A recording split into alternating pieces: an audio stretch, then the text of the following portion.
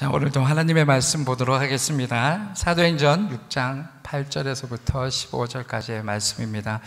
오늘 말씀 보기 전에 옆에 사람들 얼굴 한번 봐봐요. 얼굴 표정이 어떤지 어쩐지 우리 사람마다 얼굴에 표정이 있어요. 표정. 이 표정이라는 것은 사람들마다 마음속에 품은 감정이나 정서적인 심리가 어디서 나오냐 하면은 이 표정으로부터 나옵니다. 그래서 겉으로 드러나는 내 모습이 얼굴을 통해서 감정적으로 나타나곤 합니다. 이는 사람은 일반적으로 상대의 얼굴, 근육 등의 움직임을 보면서 그 사람의 감정을 이렇게 추측하게 됩니다. 그런데 그거 아세요? 우리 집 사람만 이 얼굴에 감정의 표정이 있는 것이 아니라 우리 집에 인절미라는 애가 있어요. 인절미랑 저랑 요즘에 좀 약간 대치 상태예요. 왜냐하면 원래는 인절미가 변을 놓던 장소가 따로 있어요. 흙 부분에. 그런데 어느 날 이제 겨울이 오니까 비가 온 후로 얘가 그 냄새의 방향을 잘못 잡고 이제 옛날에 자기가 놓던 데를 돌아가면서 해서 항상 아침마다 저와 대치 상태를 벌입니다. 처음에는 제가 말로써 위압감을 줬는데 이제는 저의 표정만 봐도 알아요. 자기가 잘못했는지. 그래서 제가 볼 때는 사람만 표정으로 표현하는 게 아니라 아마 인절미도 그것을 보고 느끼는 것 같아요. 그래서 요즘 아침에 일어나서 제 표정만 보고도 딱 자기가 잘못한 것을 딱 표현을 딱 엎드립니다. 딱 잘못한 것을. 평상시 같았으면은 아침에 일어나면 난리가 나거든요. 반갑게 맞아달라고. 그런데 그런 것을 볼 때 이 동물들도 우리의 표정을 눈치채는 것 같습니다. 그와 마찬가지로 사람들에게 감정적인 표현의 그 내면에 있는 모습이 표정으로 나온다고 볼 수가 있습니다. 기본적인 표정은 우리의 감정에서 나오는데 기본적으로 감정이 희노애락, 표정에서 여러 가지 감정이 섞여 있습니다. 이를테면 기쁜 표정은 또한 즐거운 표정을 섞으면 말로 표현하기는 힘들지만 그 표정을 보고 이 사람은 굉장히 기쁘다, 기쁜 마음을 갖고 있다, 이런 생각을 하게 됩니다. 그래서 사람은 이 얼굴이 마음의 거울이라고도 표현을 합니다. 얼굴이 자신의 사람됨이 가장 분명히 나타내기도 합니다. 그러면 볼 때 이 얼굴 안에 우리의 인격이 보이기도 합니다. 우리가 짓는 표정이 우리의 얼굴을 만듭니다. 오늘 이 말씀은 오늘 본문 말씀 중에 스데반이라는 인물이 나옵니다. 스데반이라는 인물이 나오는데 이 인물이 굉장히 어렵고 힘든 환경 가운데 천사같이 얼굴빛이 밝았더라라는 말씀의 내용이 나오기 때문에 우리가 표정에 대해서 잠시 언급을 했습니다. 오늘 말씀을 드리기 전에 앞서 또 지난주에서부터 계속 사도행전 말씀을 이어지니까 지난주의 말씀을 다시 한번 요약해서 말씀드리도록 하겠습니다. 이제 예루살렘 교회는, 초대교회는 신자가 많이 늘어나게 됩니다. 그래서 사도들의 복음 전파로 인해서 초대교회는 급성장을 하게 됩니다. 그래서 교회 안에서 준비는 안 돼 있는데 사람들이 많아지다 보니까 여러 가지 일로 부딪히게 되는데, 첫 번째로 사랑과 헌신으로 구제하고 봉사하는 일 또한 열심히 하게 됐습니다. 그런데 이 부분에 대해서 문제가 생겼던 것입니다. 어떻게? 초대교회는 크게 두 부류의 사람들로 이루어져 있습니다. 저희 교회 같은 경우에는 두 부류는 아니고 각기 개인적인 그런 분위기로 있지만은 이 교회는, 초대교회는 두 부류의 사람들로 이루어져 있습니다. 한 부류는 예루살렘을 떠나 정치적인 이유로 따로 떠나 살다가 그 후손들이 다시 예루살렘으로 돌아와서 예루살렘에 정착한 헬라계 유대인들이 있었고요. 그 다음에 이스라엘 예루살렘 안에 쭉 토백이로 살면서 신앙생활을 하여온 히브리계 유대인, 이렇게 크게 두 부류의 사람들로서 이루어져 있었습니다. 그래서 하나님의 복음을 듣고 그 사람들이 변화돼서 초대교회를 형성을 했는데 문제가 발생이 된 것이었어요. 각기 두 부류 안에서 문화와 생활의 차이를 두다 보니까 섬김에 있어서 헬라계 유대인들을 이렇게 제외를 시켰던 거예요. 그 안에서 여러 가지의 이유가 있겠지만, 이유는 정확하게 알 수 없지만 헬라계 유대인들을 이렇게 구제의 대상에서 과부와 과들을 섬기는 일에서 배제를 했었던 거였어요. 그래서 거기에 헬라계 유대인들이 화가 난 거였습니다. 그래서 문제가 생겼습니다. 저희도 교회가 완벽한 사람들로 이루어져 있지 않고 완벽하지 않기 때문에 교회 생활을 하다 보면은 그런 문제가 있을 수가 있습니다. 그와 마찬가지로 초대교회에서 이 문제가 생겼어요. 그래서 이 문제를 해결하기 위해서 사도들은 교회를 섬기고 봉사하는 직무를 담당할 사람들을 세우게 됩니다. 이러면 되지 않겠다. 사도들이 모든 것을 다 했는데 왜? 사도들이 복음 전하고 말씀 전하고 기도에 전념해야 되는데 섬기고 봉사하는 것까지 하니까 이런 문제가 생겼던 거예요. 그래서 안 되겠다. 초대교회에 사람을 세워야 되겠구나 해서 세웁니다. 그런데 교회에서 사람을 세우는데, 직분자를 세우는데, 지도자를 세우는데, 일꾼을 세우는데 조건이 세상과 다른 거였어요. 어떤 사람을 조건으로 삼았냐면 믿음과 성령과 지혜가 충만한 사람, 믿음과 성령과 지혜가 충만한 사람, 그리고 칭찬받는 사람. 기억나가세요? 지난주에 믿음과 성령과 충만하고 칭찬받는 사람으로 기준을 두었던 것입니다. 이것은 세상적인 방법으로 사람을 세우는 것이 아니라 은혜 안에서, 교회 안에서 맞는 사람이 기준으로 사람을 세웠습니다. 왜 이것이 중요할까요? 성령 충만한 사람이 하나님의 뜻을 분별할 수 있기 때문입니다. 그 삶을 하나님 중심으로 살기 때문입니다. 하나님의 마음을 분별할 수 있기에 자신의 생각이나 세상적인 방법대로 하지 않고 성령 하나님께서 부어주신 은사와 재능을 통해 하나님의 일을 올바르게 할 수 있기 때문입니다. 두 번째 기준은 뭐였냐면 지혜가 충만한 자였습니다. 이 지혜는 세상에서 갖고 있는 그런 지식이 아니라 하늘로부터 오는 지혜이기 때문입니다. 하늘로부터 오는 그 지혜는 말씀 안에 겸손함과 하나님 앞에 내어드리는 삶을 드렸을 때 가질 수 있는 지혜이기 때문입니다. 세 번째는 칭찬받는 사람. 다른 버전의 성경을 보면 평판이 좋은 사람이라고 이렇게 표현되고 있습니다. 사람이 아무리 실력이 좋고 능력이 좋고 교회 안에서 큰 일을 행하더라도 인격적으로 문제가 있다면 성도들 간에 서로 다치기 때문입니다. 그래서 평판이 좋은 사람, 칭찬을 듣는 사람은 그 공동체 안에서 인격과 본인의 그 성격을 잘 다스릴 줄 아는 사람이라고 하면 되겠습니다. 그래서 교회 안에서 하나님의 이름으로 선한 일과 그리고 섬김과 봉사를 하지만 인격이 부족하거나 성격을 다스릴 줄 모르게 되면 오히려 많은 사람들에게 상처를 주기 때문입니다.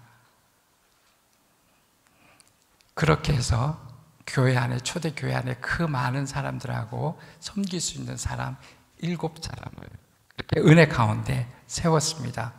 선택할 때는 소위 스펙이 좋고 아주 좋은 배경에 자라고 좋은 학력을 가지고 있고 그 분야에서 오래 있었고 아니면 경제적으로 훌륭하게 보이는 이런 사람을 세울 수 있겠죠. 그렇지만 교회에서는 아까 말씀드렸다시피 성령 충만한 사람, 지혜가 충만한 사람, 평판이 좋은 사람으로 일꾼으로 세우게 된 것입니다.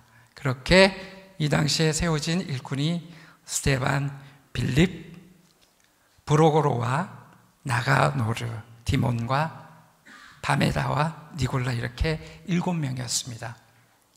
오늘 말씀의 중심인 이 7사람 중에 스데반에 대해서 이야기가 나옵니다. 오늘 말씀부터 그 다음 주에 있을 7장까지의 말씀이 이 스데반에 대해서 나옵니다. 스데반이 은혜와 권능이 충만하여 큰 기사와 표적을 민간에 행하니, 앞서서 언급한 바와 같이 스데반은 사도들의 직무를 덜어주기 위해 교인들이 뽑은 7사람 중에 한 사람이었습니다. 평신도 일꾼이었습니다. 그러나 그의 활동은 사도들 못지않았습니다. 은혜와 권능이 충만했습니다. 그리고 성령 충만했습니다. 그래서 하나님의 이름으로 병자를 고치고 귀신도 쫓아내고 기적을 행했던 것입니다. 사도행전 1장 8절에 오직 성령이 너에게 임하시며 너희가 권능을 받고 예루살렘과 온 유대와 사마리아 땅끝까지 이르러 내 증인이 되리라 하시니라. 아멘. 아멘. 우리에게 성령이 임하면 하나님의 복음을 전하지 않을 수가 없다는 것입니다. 본문 8절을 보겠습니다. 스데반이 은혜와 권능이 충만하여 큰 기사와 표적을 민간에 행하니, 스데반은 성령 충만한 결과로 지혜와 믿음과 은혜가 충만하였습니다. 그 은혜로 많은 일들을 하게 됩니다. 하나님의 은혜가 임하면 그로 인해서 하나님의 권능이 충만하고 기적이 이루어지는 것입니다. 스데반이 이렇게 될 수 있었던 것은 하나님을 믿고 구하고 행하였기 때문에 함께 역사하신 것입니다. 나의 나됨을 하나님의 은혜 안에 있음을 고백하는 그 믿음이 있었기에 되어진 것입니다. 전적으로 그 믿음을 내어드리고 성령 충만하여 하나님의 계획에 쓰임받게 된 것입니다. 9절에 이른바 자유민들, 구레네인, 알렉산드리아인, 길르기아와 아시아에서 온 사람들이 회당에서 어떤 자들에 일어나 스데반과 더불어 논쟁할세 문제가 생긴 것입니다. 여기에 잘 보셔야 할 것은 자유민이라고 있습니다. 이 당시 자유민이라는 것은 로마가 이때 당시 세계를 통치할 때 모든 사람이 자유롭지 못했습니다. 자유민이란 로마로 인해서 많은 사람들이 종으로 되었습니다. 정치적인 계기로 이 종의 모습에서 자유를 얻은 사람을 자유민이라고 합니다. 대부분 특별히 지중해 여한을 두고 있는 그 지역적인 사람들을 이야기하고 있습니다. 본부는 이스라엘 사람이었는데 정치적인 계기로 로마로 노예로 끌려갔다가 해방되어서 그 후손들이 다시 예루살렘에 온 사람들을 이야기하고 있습니다. 이 사람들을 자유민이라고 합니다. 그래서 예루살렘에는 이 지명적으로 구레네인이라는 것은 지금의 시실리아, 그리고 알렉산드리아인은 지금의 이집트, 길르기아는 터키, 아시아에서 돌아온 사람들은 소아시아 사람들을 이야기합니다. 이 지방 곳곳에 퍼져 살던 사람들이 자유를 회복하고 예루살렘에 와서 정착해서 살았습니다. 그래서 피는 유대인이기 때문에 하나님을 잘 모시던 사람이었습니다. 그래서 이 스데반은 그 곳에 가서 복음을 전하게 된 것입니다. 이들이 헬레파 유대인들이고 언어는 그리스어를 사용하고 있었습니다. 저희 교회도 마찬가지로 처음 세워지고 지금 세워질수록 많은 사람들, 배경이 다른 사람들이 함께 모여서 교회를 이뤄나가고 있습니다. 그런데 예루살렘의 디아스포라, 즉 멀리서 살다가 자유의 혜택을, 해방을 맞아서 예루살렘으로 돌아온 유대인들이 직접 하나님을 모시는 전용 회당이 있었습니다. 여기에서는 복음을 받아들이지 않는 헬라파 유대인들 가운데 스데반이 뛰어들어서 복음을 전하게 된 것입니다. 아주 전통적인 유대인들에게 스데반은 예수 그리스도의 복음을 전하게 된 것입니다. 스데반은 사도의 신분이 아니었습니다. 교회 안에서 봉사하고 섬기는 이런 직분을 맡았는데도 불구하고 성령이 충만하니까 이 스데반은 특히나 유대인들이 있는, 전통적인 유대인들이 있는 거기로 가서 예수님의 복음을 전한 것이었습니다. 10절과 11절을 보겠습니다. 스데반의 지혜와 성령으로 말함을 그들이 능히 당하지 못하여 사람들을 매수하여 말하게 하되 이 사람이 모세와 하나님을 모독하는 말을 하는 것을 우리가 들어노라 하게 하고, 바로 스데반의 적대자들이 생기게 된 것입니다. 스데반의 적대자들이 여럿이 있음에도 불구하고 스데반이 말하는 그 복음의 진리를 그 놀랍도록 많이 아는 지식에 가까운 사람들인 유대인들이 당해낼 자가 없었습니다. 그 이유는 스데반이 지혜와 성령이 충만했기 때문입니다. 헬라파 유대인들은 스데반의 적대자리였습니다. 그들은 성령 충만한 스데반의 지혜로운 말과 논법을 도저히 당해낼 수가 없었습니다. 스데반의 성령 충만한 그들과의 말씀의 이야기는 그들이 도저히 흠을 잡을 수가 없었고 다른 이유를 만들어낼 수가 없었습니다. 그래서 이 헬라파 유대인들은 분을 내게 되었습니다. 이방인 출신의 유대인들은 말로서 스데반을 당해내지 못하자 뒤에서 스데반을 음모하기 시작했습니다. 그래서 도저히 말로서는 유대인들이 스데반을 이길 수가 없으니까 중상모략을 해서 다른 작전을 세운 것입니다. 그들은 사람들에게 스데반에 대해서 거짓 소문을 퍼뜨리게 됩니다.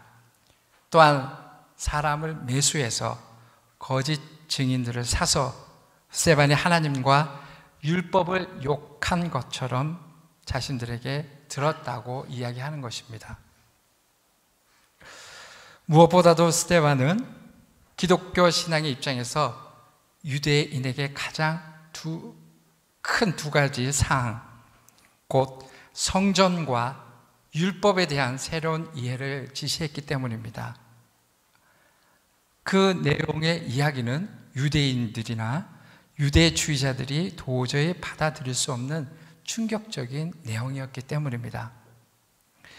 그동안 전통적인 믿음을 이어온 그들에게 스데반의 예수에 대한 복음을 반박할 수 없는 환경에 다다르게 됩니다.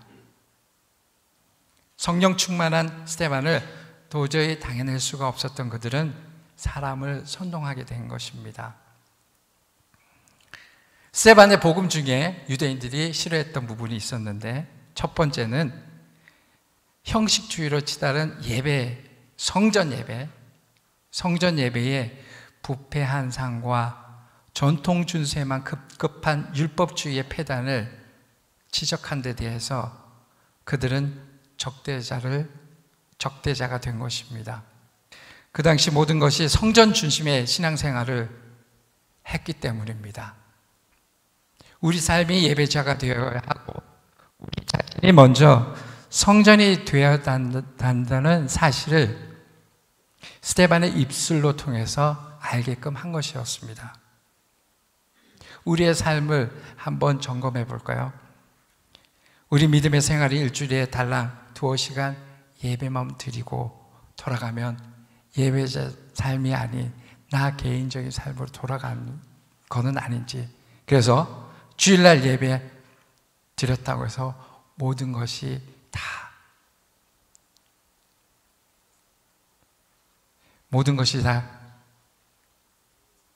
단어가 갑자기 생각이 안 나네.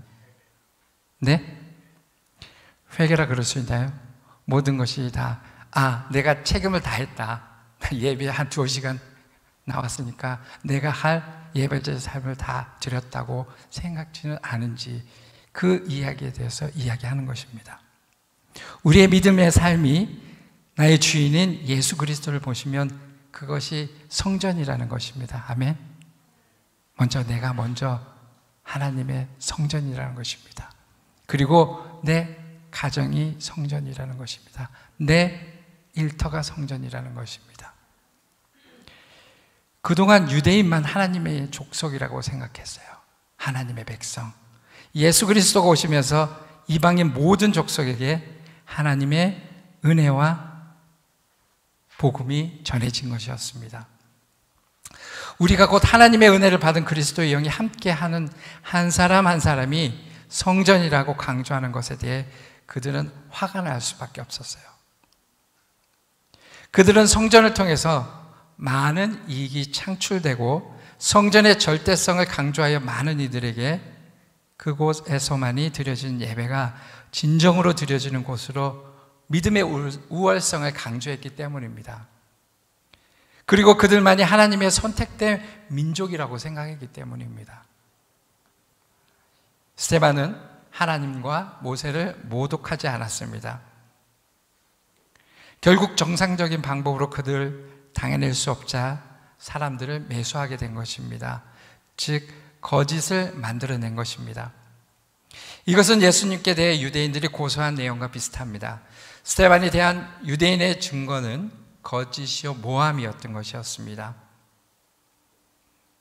여러 가지로 스데반의 복음적인 내용이 그동안 유대인의 특별한 민족성을 갖고 하나님의 백성이라고 자부했던 그들에게 많은 어려움이 갔기 때문에 스데반의 복음을 전하는 것은 하나도 틀릴 게 없음에도 불구하고 그것을 반박할 여지가 없었던 것이었습니다.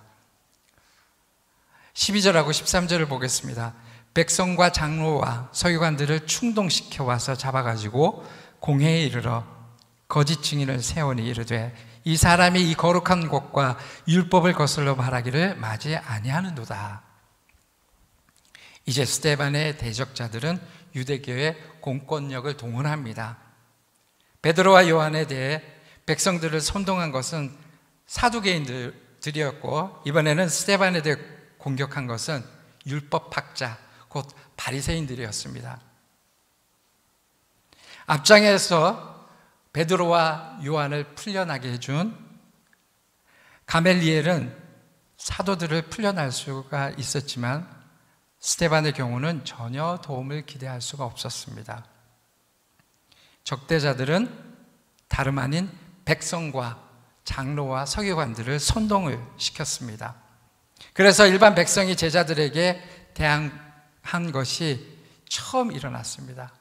많은 일반적인 백성들이 이렇게 하나님의 일을 하는 복음 전하는 사람에게 대항하는 첫 번째 일이 일어난 것입니다. 그들은 백성을 부추긴 다음에 장로들과 율법학자들로 하여금 사내들인 공의에서 또 재판을 하게 됩니다. 그들은 매우 치밀하게 스데반을 공격합니다. 사내들인 앞에 세워진 거짓 증인들은 스데반이 더욱이 예수를 반율법적이고 이단 세력의 원흉으로 몰아세우게 된 것이었습니다. 하나님과 모세를 모독했다는 증인을 세워서 말입니다. 그러기에 그것만 가지고 충분히 백성의 여론을 몰아가게 된 것이었습니다. 요즘에 한국에도 이 미디어가 발달을 하다 보니까 가짜 뉴스들이 많아요. 가짜 뉴스들이 많기 때문에 이 정보가 미디어를 통해서 많은 그 정보로 인해서 우리가 오해되고 그 사건에 대해서 잘못 이루는 경우가 많아요. 그것과 비슷하게 이 당시에도 스데반에 대해서 말씀과 하나님의 은혜 가운데 진리를 사내들인에 있는 사람들이 대적할 수가 없으니 사람을 선동하게 됩니다. 거짓 말로 하나님과 모세를 모독했다는 다른 사건과 주제를 만들어서 스데반을 적대하게 됩니다. 가장 그들이 두렵고 힘들었던 것은 유대교 신자들이나 예루살렘 교민들이 성전 덕택에 살아가는 문제를 볼 수 있는 부분에 대해서 말했습니다. 예루살렘 성전은 유지하는데 많은 일들이 있습니다. 드려지는 예배를 위해서 세계 각처에 흩어진 유대인들로부터 막대한 헌금이 제공되었었으며 또 매 절기마다 순례자들이 많은 헌금을 바치며 많은 돈을 이 도시에 소비하고 돌아갔기 때문에 예루살렘 성전은 그 도시 사람들에게 가장 중요한 수입원이었습니다. 따라서 하나님이 허락하신 성전이 우리 개인 한 사람 한 사람이고 또 새로이 교회가 세워지니 예루살렘 성전에 대한 공격은 가장 직접적인 저들의 생활권을 침해받을 수 있게 되었음을 알려주는 대목이었습니다. 스데반이 그렇게 그 성전에 대해서 모독한 것이 아니라 그 성전이 하나님이 주어진 은혜였지만 앞으로는 하나님께 주신 우리에게 은혜 가운데 이방인들이나 예수 그리스도의 복음을 전하는 자들이 드려지는 그 곳이 성전이라는 것에 그 유대인들은 반감을 살 수밖에 없었어요. 그 한 곳의 성전에 와야지 자기들이 누렸던 그런 경제적인 부유함을 취할 수가 있고 유대인들만 누릴 수 있는 하나님의 성전을 자부할 수가 있었는데 그렇게 되면 그들이 갖고 있는 모든 기득권을 내려놓기 때문이었습니다. 14절의 말씀을 보겠습니다. 그의 말에 이 나사렛 예수가 이 곳을 헐고 또 모세가 우리에게 전하여 준 규례를 고치겠다 함을 우리가 들어오노라 하거늘. 회당 사람들은 매수해서 두 가지 문제에 만들어서 스데반을 산헤드린 공회에 고발했습니다. 하나는 성전 문제고 또 하나는 율법의 문제였습니다. 성전 문제는 예수님이 이곳을 헐라고 했다는 것입니다. 물론 예수님께서 이렇게 말한 적이 있습니다. 그들은 예수님의 말씀의 진리를 왜곡시켰습니다. 예수님은 너희가 이 성전을 헐라 내가 사흘 동안에 일으키리라고 말씀하셨지만 그 성전은 성전된 자기 육체를 가르쳐 하시는 말씀이었습니다. 다시 말해서 내가 이 땅에 온 것은 세상 사람들을 구원하기 위해서 죽으러 온 것이고 십자가에 달려 죽은 후에 부활해서 너희들에게 부활 생명을 주시겠다는 것입니다. 그런데 이 말을 들은 자들은 성전을 헐라는 말을 문자적으로 해석했다는 것입니다. 구원이 성전으로 나오는 것이 아니라는 것을 비유적으로 말한 것입니다. 성전에서 구원이 있다는 것이 아니라는 말씀인 것이었습니다.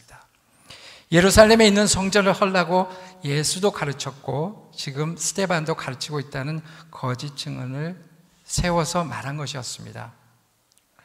또 한 가지 율법의 문제입니다. 14절 모세가 우리에게 전하여 준 규례를 고치겠다 함을 우리가 들었노라고 이야기했다면서 율법에 대한 문제를 고소합니다. 예수님은 율법을 고치겠다고 말씀하지 않으셨습니다. 예수님은 율법에 대해서 마태복음 5장 17절에 내가 율법이나 선지자를 폐하러 온 줄 생각하지 말라. 폐하러 온 것이 아니요 완전하게 하려 함이라.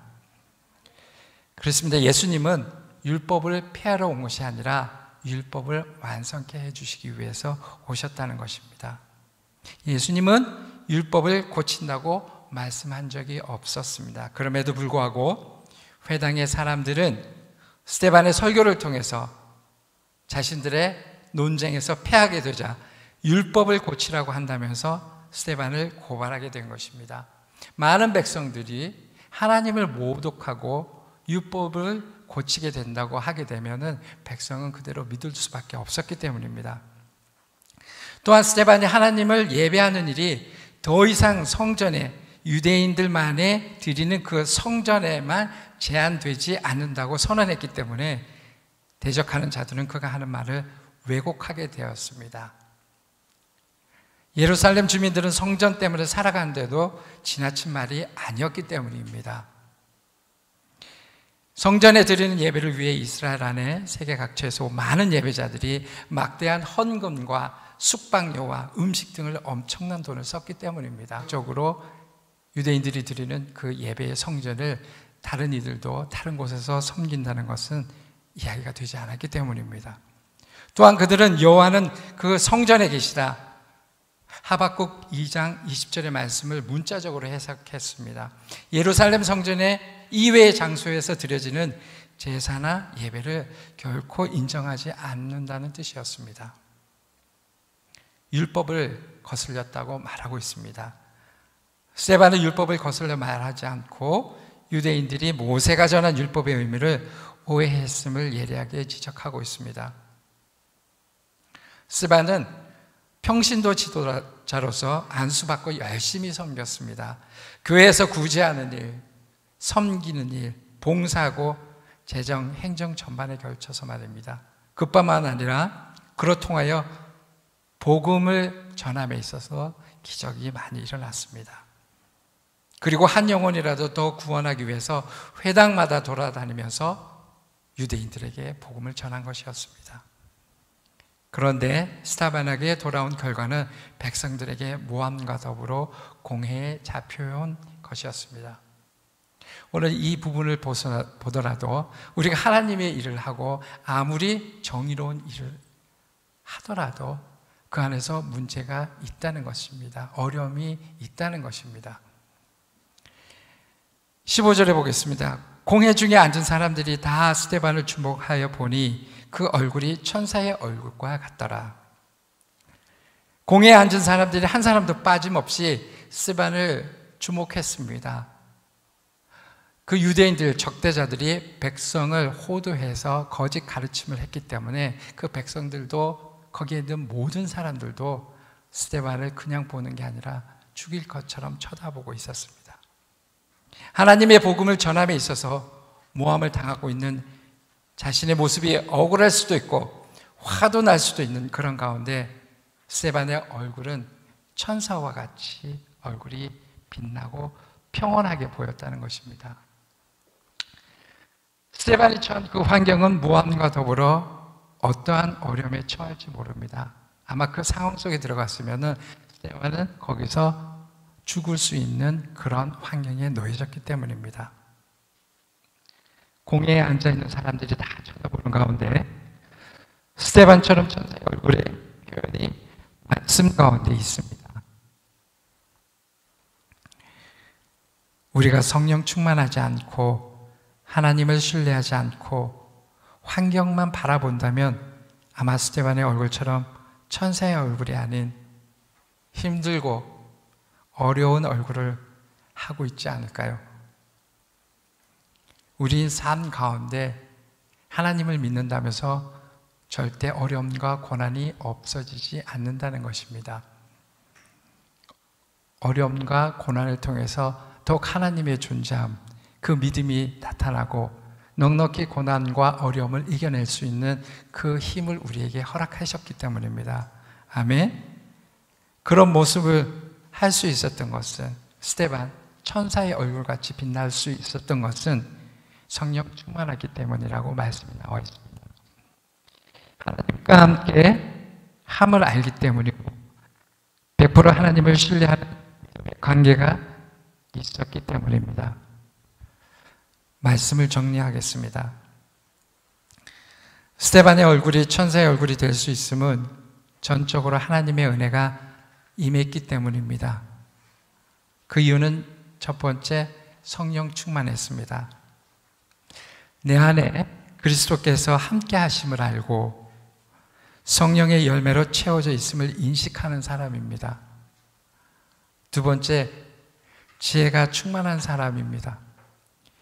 지혜는 하늘로부터 오는 지혜입니다. 내 안에 말씀이 넘칠 때 누릴 수 있다는 것입니다. 내 안에 세상 것이 많고 의지할 하나님 믿음이 없다면 세상적인 논리와 삶으로 채워지기 때문입니다. 그러기에 말씀이 주변에 지혜로 나갈 수 없기 때문입니다. 세 번째, 우리는 하나님의 백성된 얼굴입니다. 나의 얼굴은 그리스도의 형상이기 때문입니다. 그리스도의 형상은 죄와 함께 있지 않습니다. 네 번째, 하나님께 쓰임받은 사람은 성령 충만한 자입니다. 하나님의 은혜 안에 거하는 저와 여러분 되시기를 주님의 이름으로 축원드립니다. 아멘.